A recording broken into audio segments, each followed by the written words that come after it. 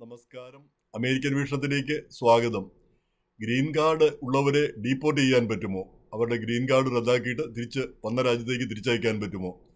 ഈ ചർച്ച ഇപ്പോൾ സജീവമാണ്. പ്രധാനമായിട്ടുള്ള കാരണം ഈ കൊളംബിയ യൂണിവേഴ്സിറ്റിയിലെ പലസ്തീൻ ആക്ടിവിസ്റ്റ് മഹമ്മൂദ് ഖലീലിനെ അറസ്റ്റ് ചെയ്ത് ഡീപ്പോർട്ട് ചെയ്യാനായിട്ട് ഉത്തരവ് വന്നതിന് ശേഷമാണ്. അദ്ദേഹത്തിൻ്റെ വിസ റദ്ദാക്കി, ഗ്രീൻ കാർഡും റദ്ദാക്കി അദ്ദേഹത്തെ തിരിച്ചയക്കാനായിട്ട് സെക്രട്ടറി ഓഫ് സ്റ്റേറ്റിൻ്റെ ഉത്തരവുണ്ടെന്നാണ് ഇമിഗ്രേഷൻ ആൻഡ് കസ്റ്റംസ് എൻഫോഴ്സ്മെൻറ്റ് ഓഫീസർമാർ അവിടെ അദ്ദേഹത്തെ അറസ്റ്റ് ചെയ്യുമ്പോൾ പറഞ്ഞത്.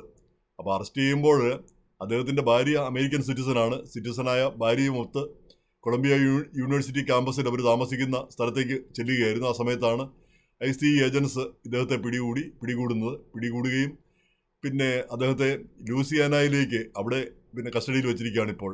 അവിടെ ഡീപ്പോർട്ടേഷനുള്ള ഒരുക്കത്തിനായി. അപ്പോൾ അതിൻ്റെ ഇടയ്ക്ക് ഈ വിദ്യാർത്ഥികളെല്ലാം അതിനെതിരെ ശക്തമായിട്ട് രംഗത്ത് വന്നു. ശക്തമായ പ്രക്ഷോഭവുമായിട്ട് വീണ്ടും രംഗത്ത് വന്നു. അദ്ദേഹത്തെ ഉടനെ തിരിച്ചയക്കണം എന്നും പറഞ്ഞ്, വിട്ടയക്കണം എന്ന് പറഞ്ഞ്.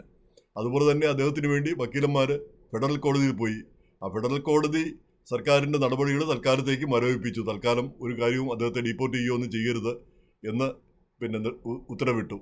അതുപോലെ തന്നെ വക്കീലന്മാർ ആവശ്യപ്പെട്ട് അദ്ദേഹത്തെ കൈയോടെ ലൂസിയാനയിൽ നിന്ന് ന്യൂയോർക്കിലേക്ക് കൊണ്ടുവരാനാണ്. പക്ഷേ അതിൻ്റെ തീരുമാനം വന്നിട്ടില്ല. നാളെ ബുധനാഴ്ച അത് സംബന്ധിച്ച് വീണ്ടും ഹിയറിംഗ് ഉണ്ട്.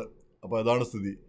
ഈ അവസ്ഥയിൽ ട്രംപ് പറഞ്ഞിരിക്കുന്നത് ഈ ആൻറ്റി സെമിറ്റിസം, അതുപോലെ തന്നെ രാജ്യവിരുദ്ധമായ കാര്യങ്ങൾ, അമേരിക്കയുടെ വിദേശ നയത്തെ ബാധിക്കുന്ന കാര്യങ്ങൾ, ഇങ്ങനെയൊക്കെ ചെയ്യുന്ന ആളുകളെ നിഷ്കരണം ഡീപ്പോർട്ട് ചെയ്യുമെന്നാണ് അദ്ദേഹം പറഞ്ഞിരിക്കുന്നത്. പ്രത്യേകിച്ച് വിസ മാത്രമുള്ള ആളാണെങ്കിൽ ആ വിസ റദ്ദാക്കാനായിട്ട് ഒരു പ്രയാസവുമില്ല. ഏതുതരം വിസയിലാണെങ്കിലും, H1 വിസയിലാണെങ്കിലും, F1 വിസയിലാണെങ്കിലും, സ്റ്റുഡൻറ്റ് വിസയിലാണെങ്കിലും, B1 പറയുകയും വേണ്ട. B1 എന്ന് പറഞ്ഞാൽ വിസിറ്റിംഗ് വിസ. അതിൽ വന്നവരാണെങ്കിൽ അങ്ങനെയുള്ളവരെ പറഞ്ഞു വിടാൻ ആ വിസ അങ്ങ് റദ്ദാക്കിയാൽ മതി. അത് ആ രാജ്യത്തിൻ്റെ പരമാധികാരമാണ്. യാതൊരു തടസ്സവുമില്ല. പക്ഷേ ഗ്രീൻ കാർഡ് ഉള്ളവരെ അങ്ങനെ ഈസി ആയിട്ട് പുറത്താക്കാൻ പറ്റില്ല എന്നാണ് നിയമവിദഗ്ധർ പറയുന്നത്. അതിന് ഇവർ ഈ പറയുന്ന കുറ്റങ്ങളൊക്കെ ചെയ്തിരിക്കണം. എന്തെങ്കിലും വലിയ കുറ്റകൃത്യങ്ങൾ ചെയ്തിരിക്കണം. വലിയ കുറ്റകൃത്യങ്ങളാണെങ്കിൽ കൊലപാതകം, അല്ലെങ്കിൽ വലിയ മറ്റ് അതുപോലുള്ള വലിയ തട്ടിപ്പുകൾ, അതുപോലുള്ള ബാങ്ക് കൊള്ളയോ അതുപോലെയൊക്കെയുള്ള കുറ്റങ്ങൾ. അല്ലെങ്കിൽ അവർ ഈ കള്ളത്തരം കാണിച്ചാണ് ഈ ഗ്രീൻ കാർഡ് സമ്പാദിച്ചതെന്ന് പറയണം. വ്യാജരേഖകളൊക്കെ കാണിച്ചാണ് ഈ ഗ്രീൻ കാർഡ് അവർക്ക് കിട്ടിയത് എന്ന് പറയണം. അതുമല്ലെങ്കിൽ അവർ വളരെ കാലം മറ്റു രാജ്യത്ത്, അവരുടെ സ്വന്തം രാജ്യത്തോ അല്ലെ വേറെ ഏതെങ്കിലും രാജ്യത്തോ പോയി കഴിഞ്ഞിരിക്കണം. കാരണം വളരെ കാലം ഇപ്പം നമുക്കറിയാം, അമേരിക്കയിൽ ഗ്രീൻ കാർഡ് ഉള്ള നമ്മുടെ ചില ബന്ധുക്കൾ അവർ ദീർഘകാലം നാട്ടിൽ നിൽക്കാൻ ആഗ്രഹിക്കുന്നു. 1 വർഷം, 2 വർഷം, അല്ലെ 3 വർഷം. അങ്ങനെ നിൽക്കുന്നതിൻ്റെ അർത്ഥം അവർക്ക് ഇവിടെ സ്ഥിരതാമസത്തിന് താല്പര്യമില്ല എന്നുള്ളതാണ്, ആവശ്യമില്ല എന്നുള്ളതാണ്. അങ്ങനെയുള്ളവരെ അത് ഗ്രീൻ കാർഡ് റദ്ദാക്കി കളയും.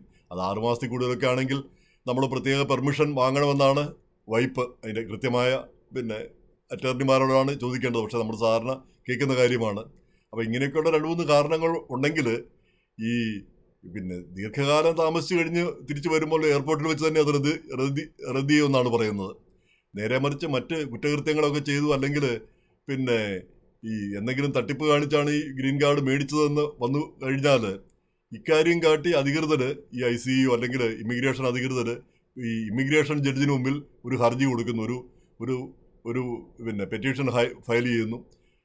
ഇവർ പറയുന്നത് ശരിയാണോ എന്ന് നോക്കിയിട്ട് ജഡ്ജിയാണ് തീരുമാനിക്കുന്നത് ഇയാളെ ഡീപ്പോർട്ട് ചെയ്യണോ തിരിച്ചയക്കണോ വേണ്ടയോ എന്ന്. അപ്പോൾ അതാണ് പ്രധാനപ്പെട്ട കാര്യം. വെറുതെ സെക്രട്ടറി ഓഫ് സ്റ്റേറ്റോ അല്ലെങ്കിൽ പ്രസിഡന്റോ ഒരു ഉത്തരവിട്ടതുകൊണ്ട് മാത്രമായില്ല. അത് കോടതിയിൽ ചെന്നിട്ട് ആ കോടതിയാണ് തീരുമാനിക്കേണ്ടത്. ഇവിടെ ഇപ്പം ഈ ഖലീലിൻ്റെ കാര്യത്തിൽ കോടതിയുടെ ഒരു ഉത്തരവ് വന്നിട്ടില്ല.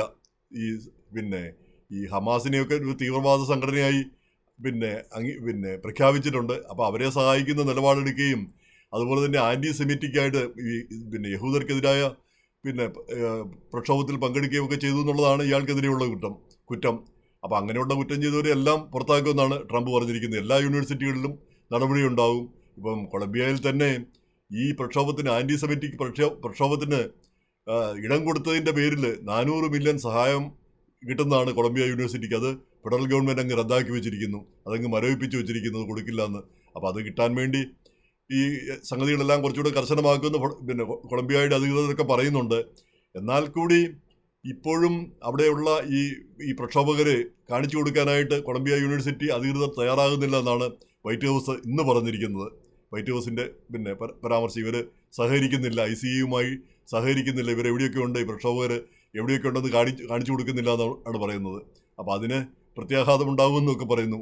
30 യൂണിവേഴ്സിറ്റികളിലേക്ക് ഇത് വ്യാപിപ്പിക്കുമെന്നും പറയുന്നു. അപ്പോൾ എങ്ങനെയായിരുന്നാലും ഈ നിയമപരമായിട്ടല്ലാതെ ഇവരെ പുറത്താക്കുക എളുപ്പമല്ല.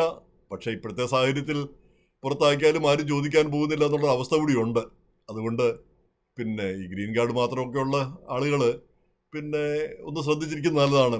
പണ്ട് ഈ കുറ്റകൃത്യങ്ങളിൽ പെടുന്നവരെ തിരിച്ചയക്കാൻ നിയമമുണ്ടെന്ന് പറഞ്ഞപ്പോൾ അന്ന് ചില റിപ്പോർട്ടുകളും ഉണ്ടായിരുന്നു. കള്ളടിച്ച് വണ്ടി ഓടിച്ച് വല്ല പ്രശ്നങ്ങളൊക്കെ ഉണ്ടായാൽ അത് തന്നെ ഒരു മതിയായ കാരണമാണെന്ന് അന്ന് ഒരു റിപ്പോർട്ടുണ്ടായിരുന്നു. ഇപ്പോഴതിന് ബാധകമുണ്ടോ, അതിന് വല്ല വാസ്തവമുണ്ട്, വാസ്തവമുണ്ടായിരിക്കും, പക്ഷേ അതിപ്പോൾ ബാധകമാണോ, അതിന് പ്രസക്തി ഉണ്ടോ എന്ന് എനിക്ക് അറിഞ്ഞുകൂടാ. അതുകൊണ്ട് ഇത് ഒരു ഇമിഗ്രേഷൻ അഡ്വൈസായിട്ടൊന്നും കണക്കാക്കേണ്ടതില്ല.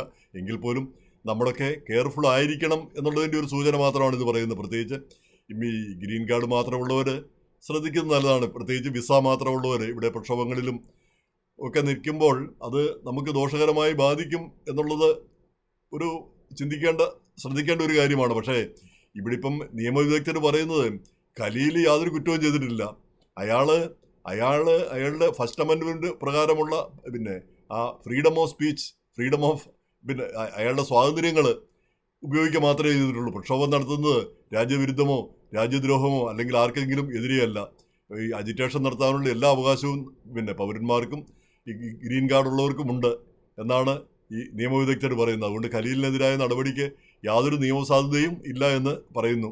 നമ്മൾ ഇതിനോട് കൂട്ടി വായിക്കേണ്ടത്, നമ്മൾ ഇന്ത്യയിൽ പോയി OCI കാർഡുള്ളവർ, OCI കാർഡ് എന്താ, ഓവർസീസ് സിറ്റിസൺഷിപ്പ് ഓഫ് ഇന്ത്യ, അതായത് നമ്മൾ വിദേശത്തുള്ള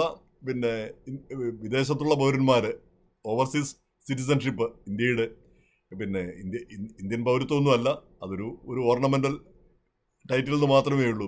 അങ്ങനെയുള്ള ഒരു നാട്ടിൽ ചെന്ന് ഇപ്പം ഏതെങ്കിലും ഇവിടെ ഡോക്ടറായിരിക്കുന്ന ഒരാൾ അവിടെ ഒരു ക്രിസ്ത്യൻ ആശുപത്രി പോയി കുറച്ച് പേർക്ക് ചികിത്സ കൊടുത്താൽ തന്നെ അത് കുറ്റകരമായി. അല്ലെങ്കിൽ അവിടെ പോയി ഏതെങ്കിലും പള്ളിയിൽ ഒരു പ്രസംഗം നടത്തിയാൽ അതുപോലും കുറ്റകരമായി അത് റദ്ദാക്കാനുള്ള മതിയായ കാരണമാണ്. അപ്പോൾ അങ്ങനെയൊക്കെയുള്ള നിയമങ്ങളാണ് ഓരോ രാജ്യത്തുമുള്ളത്. അപ്പോൾ അത് നമ്മൾ ശ്രദ്ധിച്ചിരിക്കേണ്ടതാണ്. ഇപ്പം ഈ കാലം കടന്നു പോകുമെന്ന് മാത്രമാണ് നമ്മൾ വിചാരിക്കേണ്ടത്.